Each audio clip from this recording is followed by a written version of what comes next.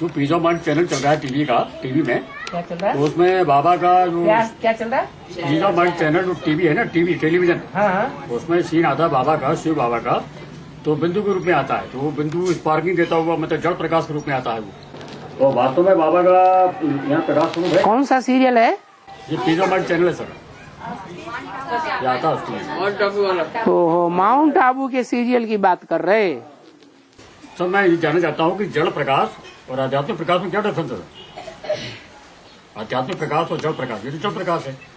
जिस माउंट आबू की अभी बात कर रहे हैं, वो माउंट आबू में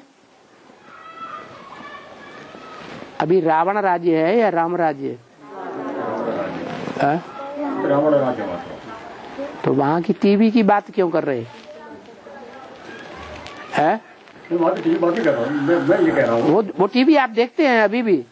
नहीं अभी वो तो बस टीवी तो सब जगह लगा हुआ है। आपने कहाँ देखा फिर?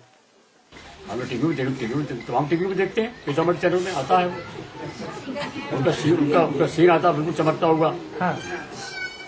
तो सर मैं ये जानना चाहता हूँ कि आध्यात्मिक प्रकाश में और जड़ प्रकाश में क्या डिफरेंस है?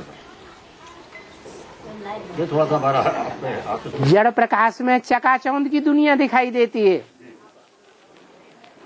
या निशा सर्वभूतानाम तस्याम जागृति संयमी। जो संयमी योगी पुरुष हैं, वो उनके लिए ऐसी रात है जिसमें दुनिया के लोग जागरण करते हैं। दुनिया के लोग ये चकाचौंध की दुनिया में जागरण करते हैं, भौतिकवादी दुनिया में। तो वो भौतिकवादी दुनिया है क्या? हाँ, ये श्याम जागृति संयमी। जिस रात्रि में दुनिया वालों के लिए जो रात्रि है आध्यात्मवाद, आध्यात्म ज्ञान, उस आध्यात्म ज्ञान की दुनिया में जो संयमी हैं वो जागरण करते हैं। बाहर की दुनिया में सोते हैं। बाहर की दुनिया माने चकाचौंध की दुनिया। तो वो चकाचौंध की दुनिया में यूं दिखाया जाता है भगवान को। बिंदी से फिर लाइट निकल रही है। अरे भगवान अगर बिंदी ही है, साकार नहीं बनता है, तो उसमें जो 32 गुण दिखाए हैं, वो 32 गुण किसके हैं? साकार के हैं या निराकार के हैं? निराकार के होते हैं गुण। हैं? निराकार का तो जीवन ही नहीं होता। तो वो निर्गुण है या सगुण है? निराकार वो तो निर्गुण है, उसमें न गुण है न अवगुण है, वो तो गुणों से परे है। साकार में गुण होते हैं और साकार में ही अवगुण होते हैं। जो साकार है वो लिंग रूप में दिखाया गया है, और उसमें जो बिंदु है वो शिव है। वो शिव ज्योति बिंदु उस साकार में बड़े रूप में प्रवेश है। वो जो बड़ा रूप है वो ज्ञान का भंडार है, ज्ञान का सागर है, ज्ञानमान सरोवर है। उसका जीवन शीशे जैसा है, जैसे शीशे में आर पार सब दिखाई पड़ता है। ऐसे ही जो ज्ञानमान सरोवर है, ज्ञान सागर है, उसके ज्ञान जल में सब कुछ पारदर्शी दिखाई पड़ता है। मिट्टी का नाम निशान नहीं है। इससे क्या साबित हुआ है कि जो प्रकाश का ज्योति बिंदु दिखाया गया है, जो प्रकाश का ज्योति बिंदु दिखाया गया है, वो सिर्फ प्रकाश मात्र ही है या प्रैक्टिकल में ज्ञान का प्रकाश देता है? प्रकाश मात्र है, वो प्रकाश मात्र है, ज्ञान का प्रकाश नहीं देता। देता ज्ञान का प्रकाश।